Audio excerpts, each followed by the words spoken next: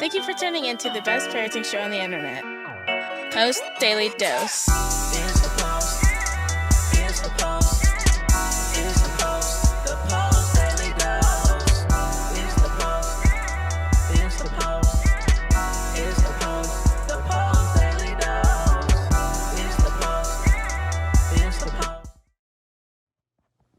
Hey there, Facebook family. This is Kristi Saul, the co-founder of the Post+Institute, coming at you live for the best little parenting show on the internet. I hope you guys are doing fabulous this evening. I want to plug these two books real quick.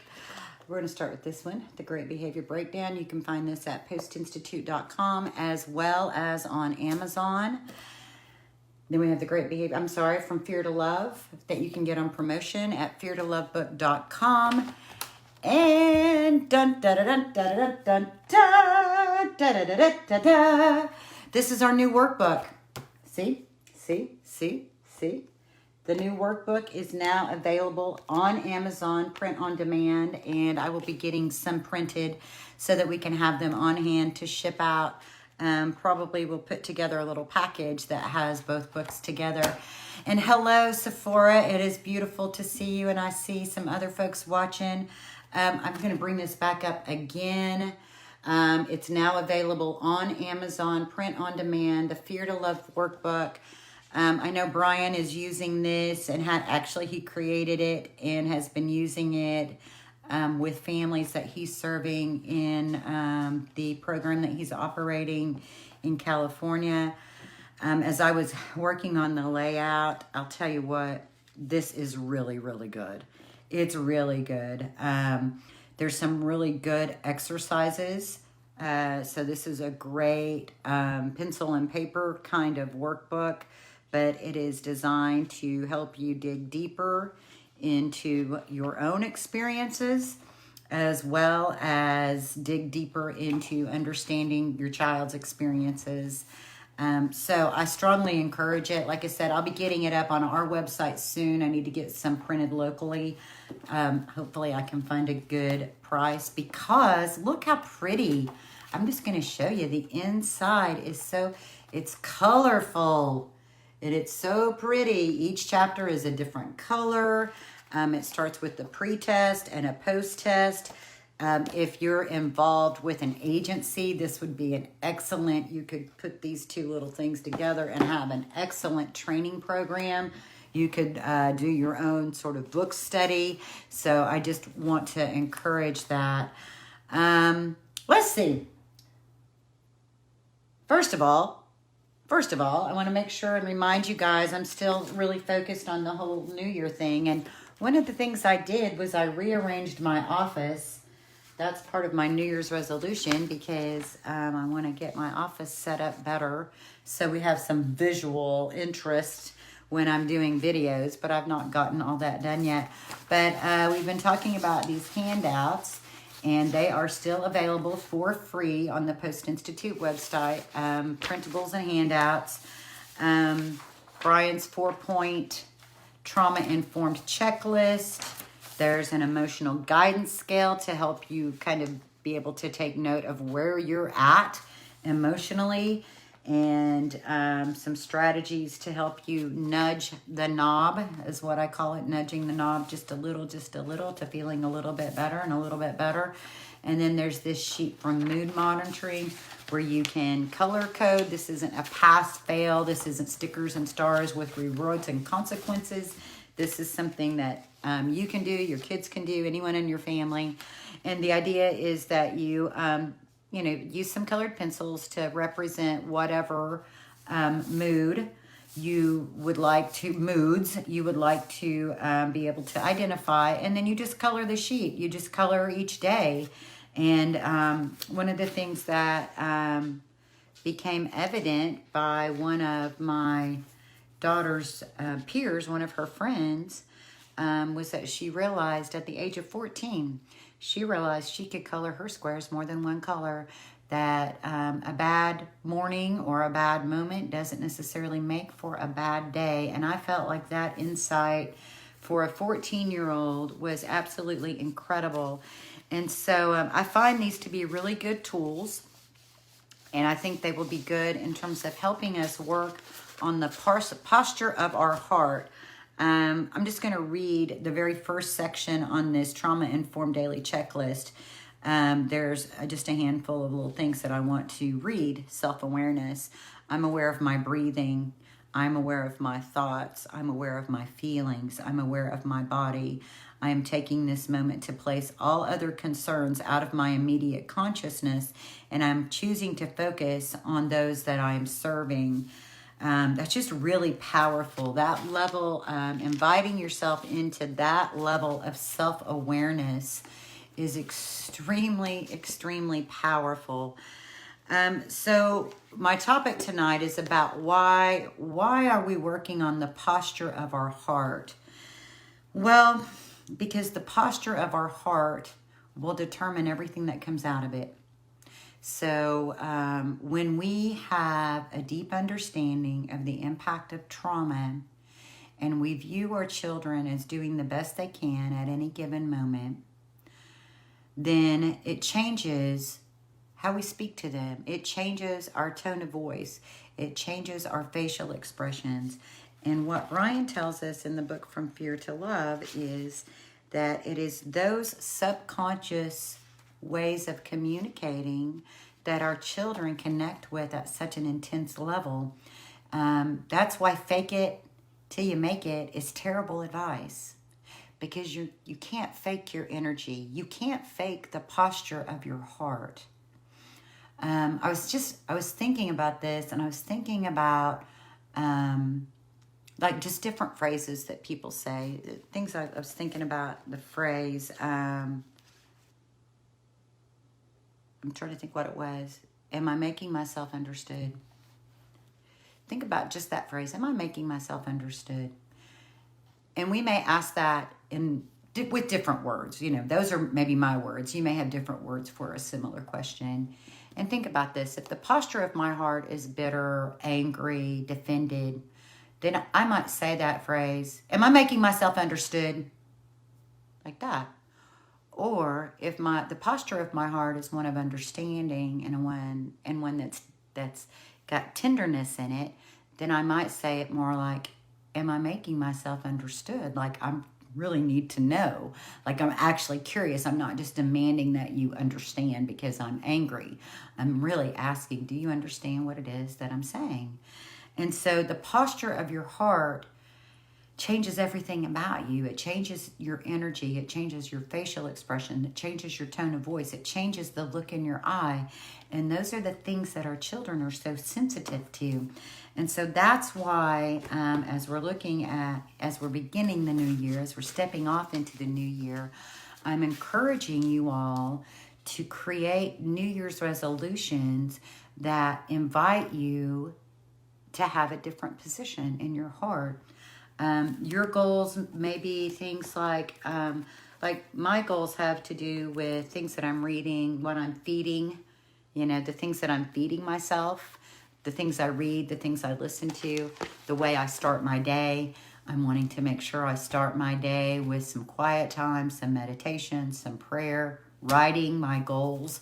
When you write your goals, when you do that, like I do that first thing in the morning, and that helps me get my mind and my heart in alignment. It at least gives me a good starting place. So I really want to encourage you guys to take action on this, to look at things, look at where you're at in your relationships, look at where you're at in your level of frustration, look at where you're at in your self-care, and create some goals, small goals, that will help move you towards having more peace and more understanding and more patience with your children. Today, I was reading through, if you guys are on our email list, if you're not, I strongly encourage it. We send out our best opportunities. They get the first notification of any events that we're having. They get the first discount codes. And then we also send out these really awesome emails. David DeRovi, who's been a part of the Post+Institute for years and years, Incredible couple, incredible man. He is a writer for us, and he sends out these fabulous educational emails. And I'm looking at one right now, and it tells a story about he and Brian actually going to a school in Virginia some years back, and Brian was doing a presentation, and there was a Q&A, and in the Q&A, one of the teachers tells a story about a young man who tears up every single test he's given. They give him the test, and he rips it. How do you get on the email list? I will put a link. You just go to www.postinstitute.com, and up in the top right-hand corner, there's a little envelope. You just click that envelope, and you can sign up to be a part of our email network. So, Kelsey, I'm having a hard time saying your name, and now I feel really bad. Thank you. Excellent. And I'll put a link in the comments just to make it easier for people to find it.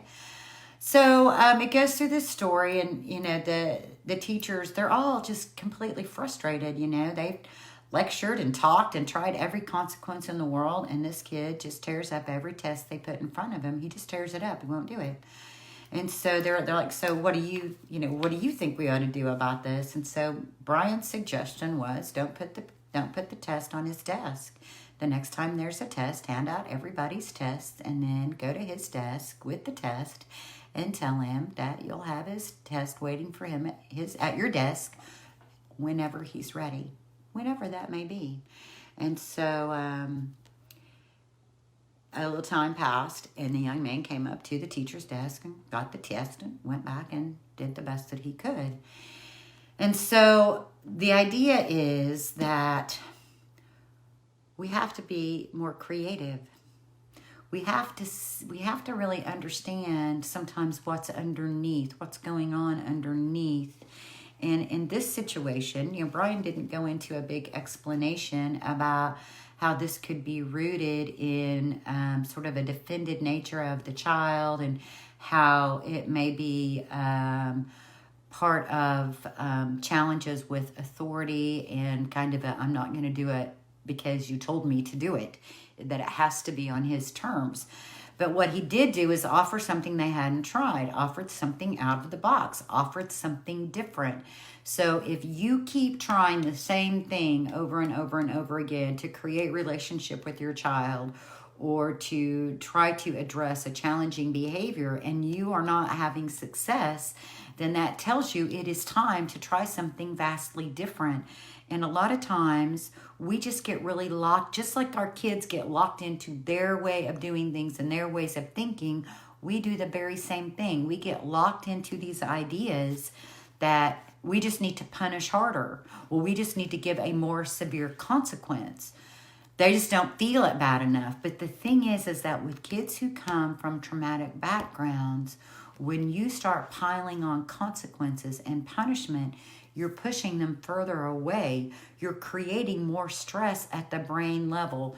You're putting them right back into that same groove of threat response in terms of the way their brains operate in those neural pathways. So sometimes you have to do things that are vastly different. Like, you know, and like, for instance, with school, and I think about homework, and I think about all the different kids that somehow I've been a part of helping them crack the code on getting homework done. And I'll tell you what, I'm not even a fan of homework, because if I had to work all day, every day, and then every day come home and have more work to do, I wouldn't like that very much. So I'm just like, I'm really not in agreement with it. Like, I feel like home time needs to be family time. It needs to be time to relax and time to connect with our family and with our loved ones. And most of our children have plenty of work to do in terms of building relationship, experiencing a sense of safety, and having love do the magic of building on, helping build the structures of their emotional regulatory system to help them get some things that they may have missed at different times in their life. But I will say that I've had some of the most unique experiences in thinking out of the box when it comes to something like homework.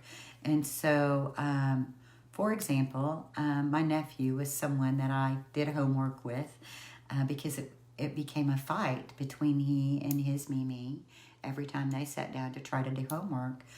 So we found out that for him, it was better to do it right when he came home from school. And he would be so stressed out at that point that the stimulation was like, ooh, it was just so much. And so I just followed his lead. And that led us to him literally crating himself under my desk, because I give him a snack. He'd crawl under, I had this great big huge desk. He'd crawl under my desk, and from underneath the desk, I would read the question, and he would give me the answer, and I would write it down. Because at that point, he was exhausted. He was completely fatigued. And we were able to get homework done literally in about 15 minutes by just allowing him to do what he needed to do in order to feel safe out of the box. It didn't have to be the way people think it's supposed to be, where he's sitting at a desk or at a table by himself, getting through this homework when he's already stressed out and exhausted. So I just use that as an example to encourage you to be investigators, encourage you that if you're continuing to try it one route and it's not working, then it's time, you try that 6 times. You try that over the course of a month, and if it's not getting you where you want to go, it is time to move on to trying a different way. So if you literally marked off punishment and consequences and rewards, both, mark them both off, consequences and rewards. I have some people who are like, yeah, but I only offer rewards. Well, what happens when you're only offering rewards is there is a built-in consequence. And the built-in consequence is you're not going to get the reward.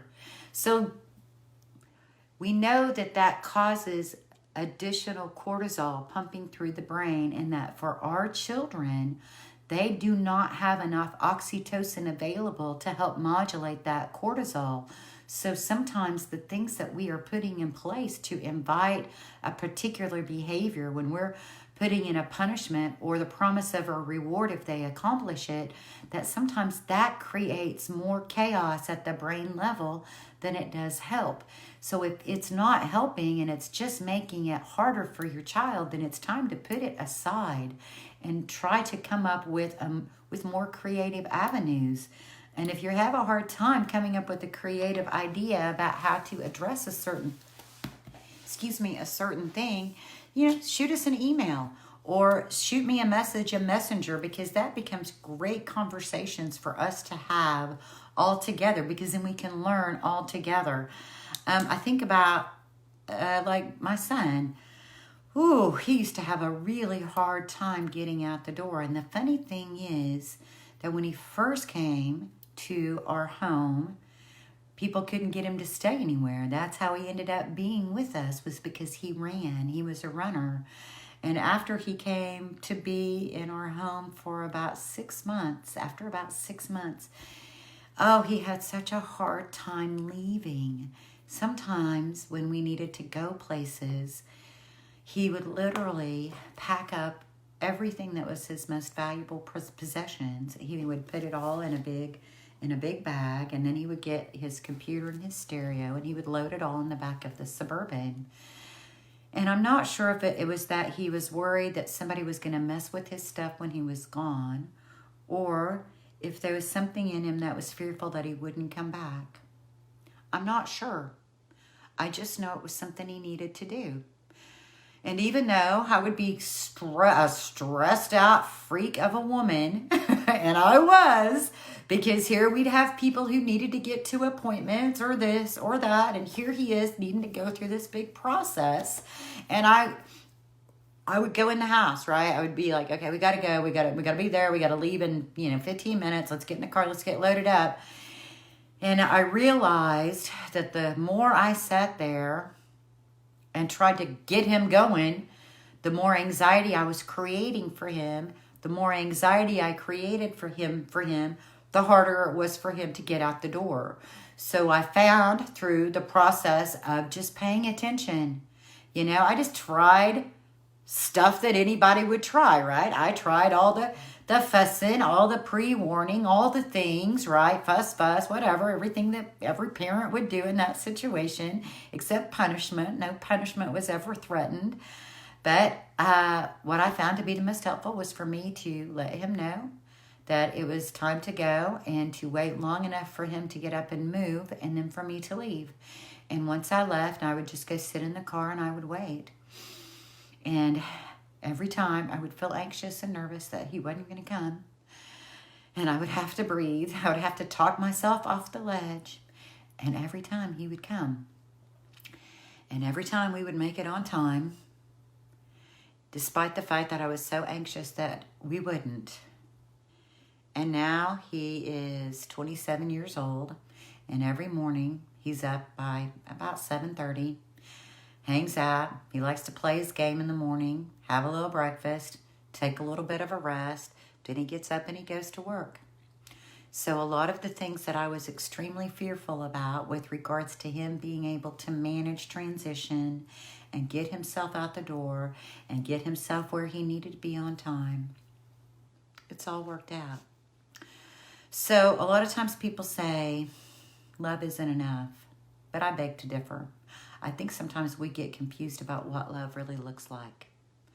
We get confused and we have this idea, if we're saying love didn't work, it's because we weren't loving unconditionally. If we're loving for the purpose of a changed behavior or we're loving for the purpose of an outcome, then we're not really loving. We're doing something that has a lot of strings on top of it and a lot of manipulation. And children who come from tough places, they smell that stuff a mile away. So as you work towards looking at what your goals are for the new year, I really want you to start looking at the posture of your heart and get creative about how to teach. Get creative. Mark the things off the list that you know aren't working. And I know we still come back to it. We still get tempted. If I just punished or threatened them, surely that'll be the wake-up call that they need. They need our guidance. And in order for them to receive our guidance and hear our guidance, that means we have to be in relationship.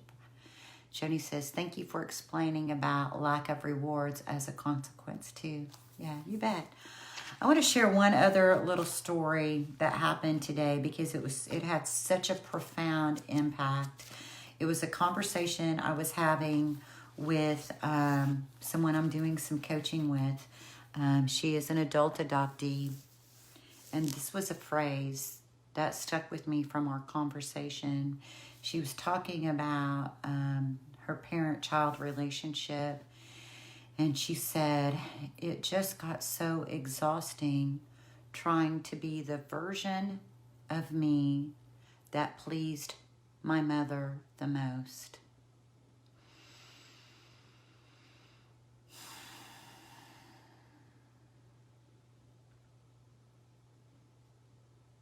That's such a big statement. It just became so exhausting being the version of me that pleased my mother the most. Think about that. That is a statement laden in feeling that everything was conditional. That there wasn't space to just be authentic or authentic self. Whether that was real or perceived, I don't know. I'm sure probably like a combination of both, you know. But our children who come from tough places, they are so sensitive. They're so sensitive for the purpose of their survival. Working towards just being authentic and real is so very helpful. On Sunday, I made a post that said, have you ever experienced that as a parent when maybe you're feeling blue, maybe you're feeling depressed. And during those times are the times that it seems like our children have some of the most difficult behavior challenges. And I find that there's sort of two things that are intermingled at hand. One is when we are depressed, they experience that as an emotional absence. You're not emotionally available. and that can trigger a feeling of abandonment that is familiar to them. I've also experienced where children's misbehavior is like an attempt to pull you out. It's like, I'd rather you be angry. It's easier for me to experience you being angry than it is for me to experience you as not being here. And so at least now I feel you. So there's a lot to this, isn't it? There's a lot to the dynamics between parents and children. That doesn't mean that you can't be depressed, and that doesn't mean that you can't have bad days. But it is also much better to just be authentic about it. That if you try to fake like you're feeling good when you're not feeling good, they're going to sense that something's off. And if you're saying I'm fine when you're really not fine, you're really sending them mixed messages. And for kids who come from tough places, that is really not helpful. It would just be much better to be able to say, you know, I'm just feeling depressed today. And when you say it, sometimes that helps to sometimes speaking it out loud helps to take some of the power away from those feelings, because then you're like, and I don't really even know why. And then you can just take a big breath, a big, huge, deep breath sigh, and maybe that'll help dislodge some of it. But one thing I know it will do is it will help your children know that you're just human, just like they are, and that you're in this walk of life with them, just doing the best you can as well, that we're all just humans. We're all just doing the best we can day in and day out.